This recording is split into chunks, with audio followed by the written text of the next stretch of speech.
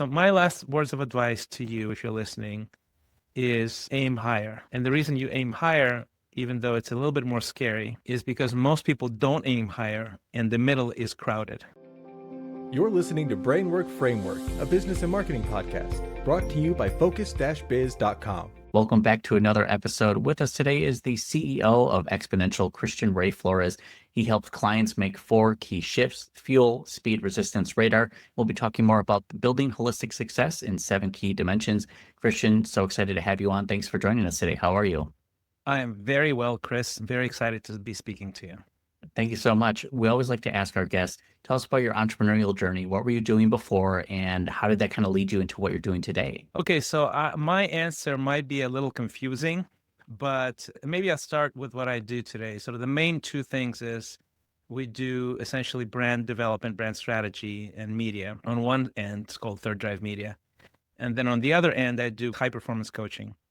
My very first professional success was in music. I've changed 5 different adjacent, but not the same professions, careers. And I was in music. I was in Eastern Europe. I was a very popular artist, pop artist there. And that is a massive jumpstart on quality on media. You learn personal brand, you learn video, you learn all kinds of things, distribution, sales, negotiations, things like that. So this was a long time ago. And that basically evolved eventually. I did a production company in LA. We did music videos and music development for artists. And that was a lot of fun. That was that sort of a natural outgrowth of the music career, right? We sort of evolved into supporting businesses and basically brand development, brand strategy, startups, tech startups, influencers, people like that. So that's that track. Does that make sense so far, Chris? Absolutely. That is a really cool history about the music, because kind of similar for me. That's how that experience came to be and launched into something different. Oh, there you go. Yeah. So it evolves, right? Yes, absolutely. The coaching part was interesting because I was playing sports arenas, right? I was a big artist. And I realized that just being maybe in the 0.5% musically is not enough, actually, either to make you happy or actually sustain success. So there's all kind of character issues, emotional self-regulation, relational skills that I just lacked. And as a high achiever, I was at the very peak of my career, like clinically depressed. And that's when I met my first coach.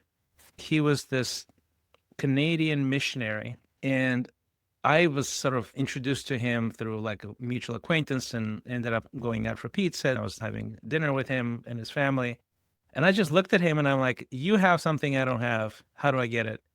And he took me under his wing, and I luckily listened to him, and it changed my life. In fact, I was like 26 years old. Most high achievers, most people that have this drive to get something done, to build something, to go somewhere, to write, to produce, to build companies, businesses, etc. That drive almost always comes with a flat side that is significant. And if they don't fix that flat side, you usually burn out, you hit a wall, and sometimes you recuperate, sometimes you don't.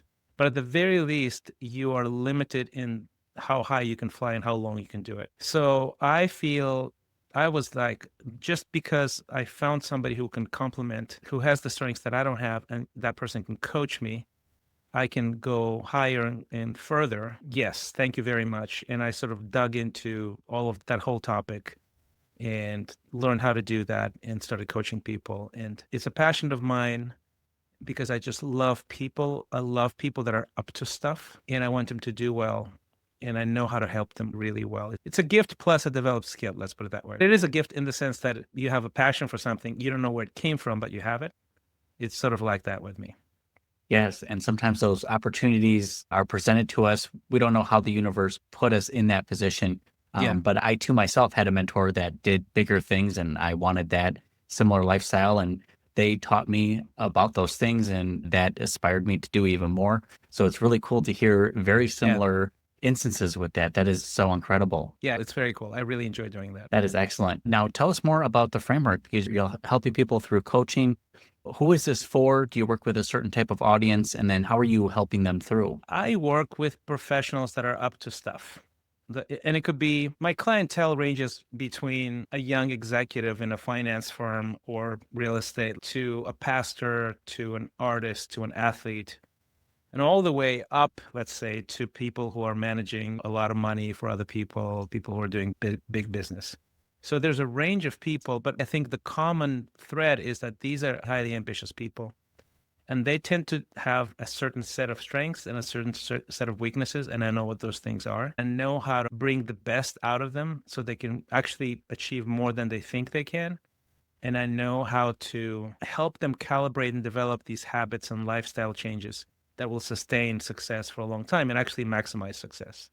So that's about the audience and the people that I work with. When it comes to the framework, the long-term framework is just, if you're in an inner circle capacity with me, it's just having my attention and doing life with me, and I will know everything about you and become essentially your counselor, your advisor, basically, in life.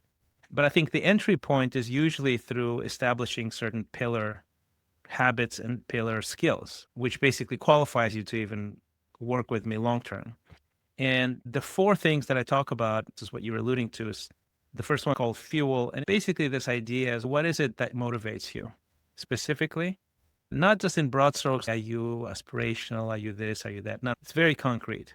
When you get up in the morning, are you fueled by creativity or anxiety or fear, all of the above? And usually it's a mix. But if you want to be a high performer, you need to run on high level fuels, basically, right?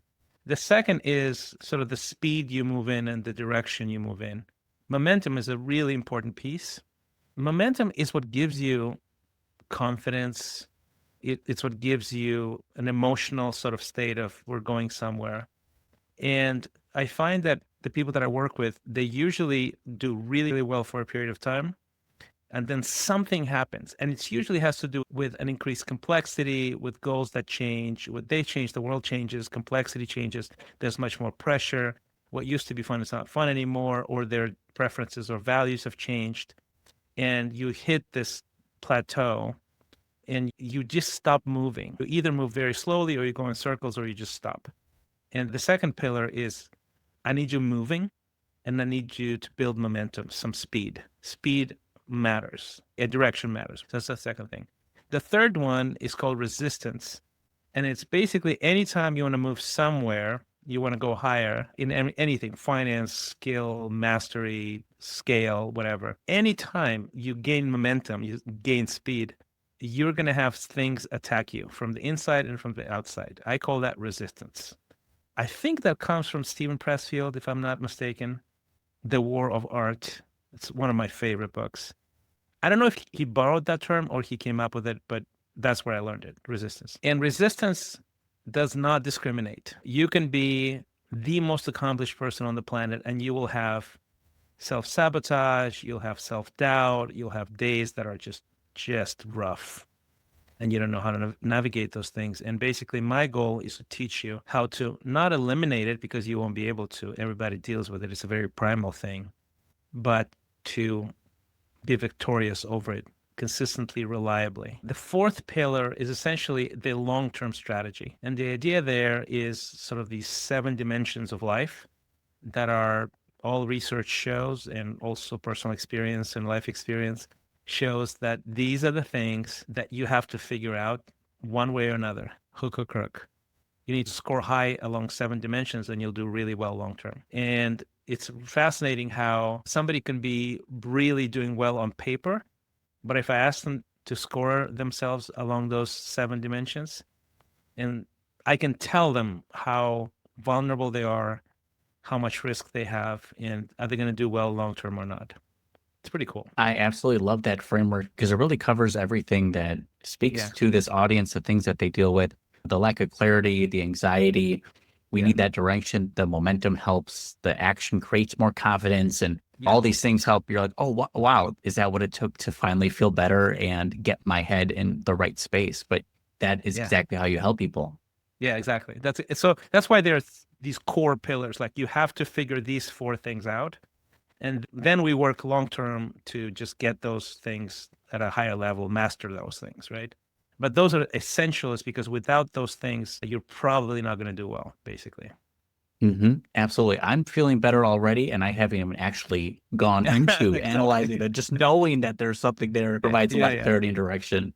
Yeah. Absolutely. Do you mind going more into the 7 key dimensions? Did you go into that already yet? No, I haven't actually. I just mentioned it. As I said, I call that exponential radar. You know the story about the Titanic? It's like the unsinkable ship. I love that because the analogy is very similar to like a high achiever. You might be like flying high, you're an executive or something, you're earning 6 figures, and you're just crashing it. And they were very self-confident. And the sea was smooth and it was just no wind, no storm, nothing. But what they didn't know is that they were going towards an iceberg. And what they didn't have is a radar. As a matter of fact, they're so confident that the guy who like sits on the tower, he wasn't even using binoculars. And I find that to be a great analogy to people who are just very professionally successful. You have no idea what's coming across beyond the horizon. And you can be so self-confident. And then when that thing hits you and sinks you, you're surprised. But if you think about it, what if they had radar technology back then? There wouldn't be an accident, period. That just wouldn't happen. So that's basically the function of this particular thing. That's why I call it a radar. It's a long-winded way to say it. And it's basically 7 dimensions, and we score ourselves, and we do it over and over again during our conversations. And it's all Fs so that you can remember it quickly. Okay, well, you know what we'll do, Chris? Are you comfortable enough to just self-assess on the spot live? I think we could. You sure? Yeah. Sounds like, put me in a very uncomfortable position, but that's what post-editing is for, right? Yeah, post-production is a beautiful thing. Okay, so I'll pull something out real quick so that I can have a cheat sheet of my own because I have a bunch of scores here in front of me. We have this assessment online. Nice. That's super cool. Yeah, and it's amazing because it's free. We use it with our clients, but I provide it for free. A lot of the times with like those self-assessments, people tend to be a bit more vulnerable, like if they're trying to speak truthfully. Yeah. The thing is, when people come for a strategy call, I have to ask them all those questions. And it takes a long time. But if they do the assessment ahead of time, I have the picture right in front of me of their lives, like right there. I don't have to ask any of those questions. And it's a really cool tool. You know what? I can't find the thing that I was going to find, but I'll give it one more attempt. No worries. Take your time. That's why I block off the full hour. I record 15 to 30, but leave some wiggle room. Whether that's chatting for a half hour before or after, or we want to take things off the record for a moment, that's cool too. Yeah, I couldn't find it. Okay, we'll just wing it. So I'm going to ask you a series of questions. And basically, all I want you to do is to answer first thing that comes to mind and rate yourself between a 1 and 10. Easy enough, right? You ready? I think so, yeah. Okay. How would you rate yourself 1 to 10 on faith, spiritual practices, whatever it means to you? 1 to 0. 1 to 0. Okay, so low. Family, nuclear family, mom and dad, siblings, wife, girlfriend. 7. Friendships. 7 or 8. Which is your meaningful work. That's what it means. About a 5 or 6. Okay. How about fun? 7.5. How about finances? Feeling good? About an 8. How about health, fitness, nutrition, things like that? 7. Good. So basically, that's it. It's very simple. And obviously, you can go into depth, but the first reaction, hey, this is how I feel about myself. And on the surface is super simplistic, but it's profoundly significant when it comes to your trajectory in life. So with you, the only low score, and maybe that's because you either are culturally not in that space or whatever, the only low score is faith. The reason why faith is important, and this is, by the way, Harvard research, it's not really religious studies, but it's what people find, is that if you have a transcendent practice, it can be a contemplative practice, that increases your level of accomplishment, joy, you're healthier, wealthier, all of that. So that's the only low thing. Everything else is above 5, most of it. And I think that gives you a very stable situation. So you're doing well, you're probably going to do better and better, and you're not very vulnerable. Nothing catastrophic will happen to you. When obviously something can happen, you can be hit by a car, but you know what I'm saying, right? Self-inflicted. So if somebody has 1 under 5, that's not a big deal because everything else is high. And I would advise you look into contemplative practices that you can practice because it will help you elevate your overall score and the dimensionality of your success, of your health. If somebody has 2 or 3 lows that are under 5, let's say family, friends, and force, you are in bad shape. You're in very bad shape. It's a crisis. You need to do something about it immediately. If you have 1 or 2, you're okay. If you have 3 that are low, you should hear the alarm bells. If you're between a 7 and an 8 across the board, you can do really well. And it doesn't matter if you can have obstacles, you're not going to have problems. You can do really well long term. Does that make sense? What do you think? That is really cool. I love that assessment. And it was quick and painless. And compared to what I thought it could be, like, oh no, you unzipped me. But it was great self-assessment. It kind of outlined what you should look for. And these are the red flags you really need to watch out for if it gets below this point. Yeah. And because it's easy to remember, it's just 7 Fs, faith, family, friends, force, fun, finances, and fitness. You can sort of hardwired it into your brain. We usually just fill out paper until it gets like it becomes second nature, and you discuss it in coaching and stuff like that. And it's incredible. It really is incredible. On the surface, it goes, wow, that's pretty basic. It's not basic. It's actually magical, because you know what you need to work on, and you start improving that, and you can see almost like a chain reaction, a domino effect, affecting all areas of life, because you're a multidimensional being. High achievers emphasize one area over another. And usually it's work over relationships. So usually faith, family, friends is middle to low. And then fitness, finances, force is high. Sometimes fun as well, like depending on if you're a party person or not. But that's basically the lopsided side of high achievers. And what happens is you can end up making $1 billion and be divorced twice by the time you do that. Your kids grow up, they resent you, and you find yourself very wealthy and extremely miserable and unfulfilled. That's what happens. Absolutely. Now, do any of the Fs carry more weight or importance than the other ones? Yes, the first 4. Faith, family, friends, and force. These are studies that show transcendent experience. And the reason for the transcendent experience, because why is that important? Why is that even in the top 4? It's because if you are the center of your universe, you are very limited by definition. If you start living for something greater than yourself, and you start contemplating life as not being about you, but what is the meaning of all of this? How do I fit in? What is my moral role? What is my legacy? You start elevating the frequency of your thinking. So that's sort of the faith piece. Family, it's because it is the only thing that actually matters in the long run. Like on your deathbed, you will never regret not spending more time with your family. And there's actually statistics about that too, right? People regret not spending enough time with the family and working too much. That's what they regret on their deathbed. On tactically, short term, the family is the ultimate de-stressor. But guess what? You need to get the skills to build a good and healthy family, especially a good marriage. Who you marry is literally the number one thing that determines your happiness, wealth, and health. Do you have the skills to marry the right person? Do you have the skills to nurture that marriage into a long-term success?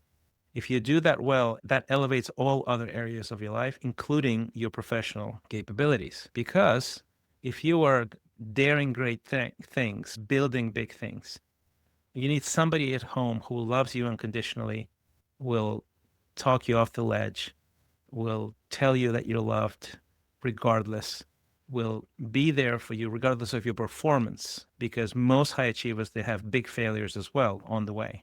And it's sort of the same thing, slightly more, it's more adjacent, but friendships are the same thing. People are very lonely.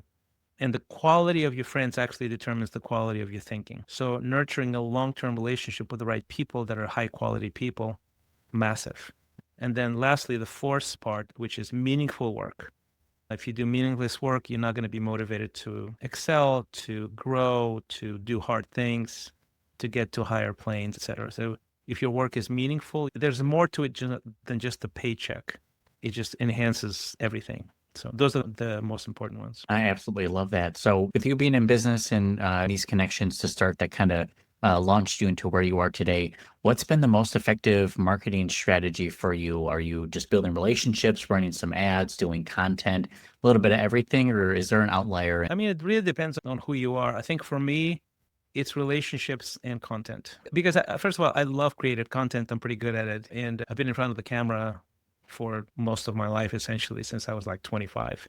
So with a bunch of subscribers, social, so I don't really work on social. I have an assistant who just chops down my bigger content into smaller content. But I think X is my favorite one because it's just mostly words, and it forces you to be brief in your insights. So content is my preferred way to market. Also, it's the least salesy one, right? Because all you're doing is adding value to people's lives. Absolutely. Definitely agree with the idea of providing value and building relationships, nurturing them through value instead of being spammy and salesy. It's not fun for anybody. No, it's more inspiring, I think. What we're doing now is marketing. And the cool thing is that all I'm doing is sharing the best things I know that can help somebody. It resonates and they go, man, this guy's good. Maybe I should give him a call, that kind of thing. Yes. Well, at the very least, I can take notes and implement it. Absolutely. So it's just starting now to be 2025. What are you looking forward to? Do you have any bigger goals that you're working on? Anything new and exciting coming out? Or are you just doing more of the same amazing stuff you're currently doing? I just released the book. This is actually my first book, and I've written 2 more and I've shelved both of them, but they were more like creative exercises. So this one's called Little Book of Big Reasons to Love America. And it's sort of a passion project because it's not directly related to my business at all, but it's sort of my contribution to the national conversation. And it was born out of my excitement about the United States as an immigrant. So I married an American. I grew up in 6 countries, 4 continents. This is my 6th country, literally.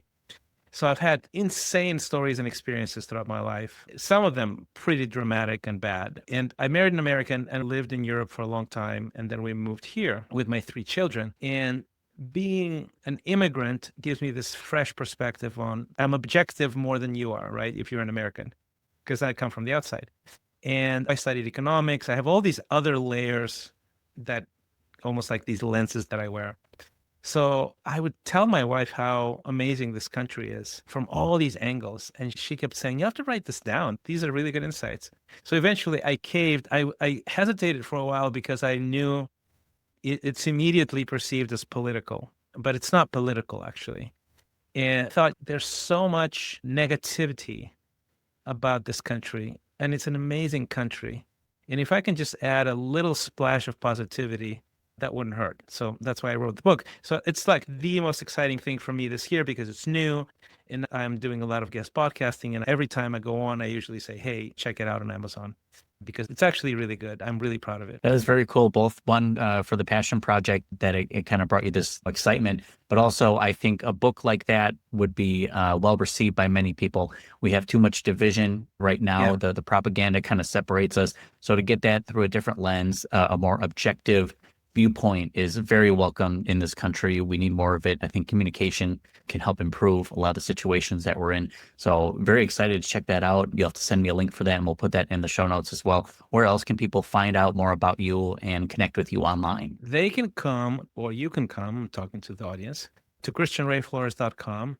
It's my newsletter. I highly recommend it. I put a lot of work into it. And it's basically weekly posts on success and significance and how they interplay with each other. Because I believe people go, well, it's success and significance. I would say no, real success only comes from significance. So how do you develop both and how do you marry both?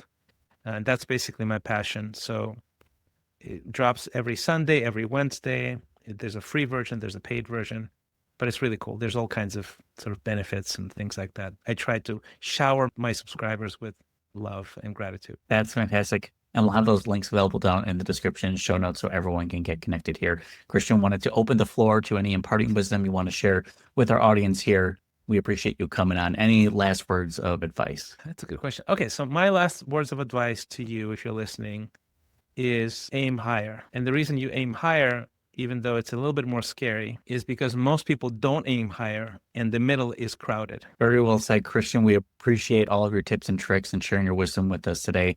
We'll have to have you on for a part 2 sometime in the future to let us know how everything is going. Thank you so much and congratulations. Chris, thank you.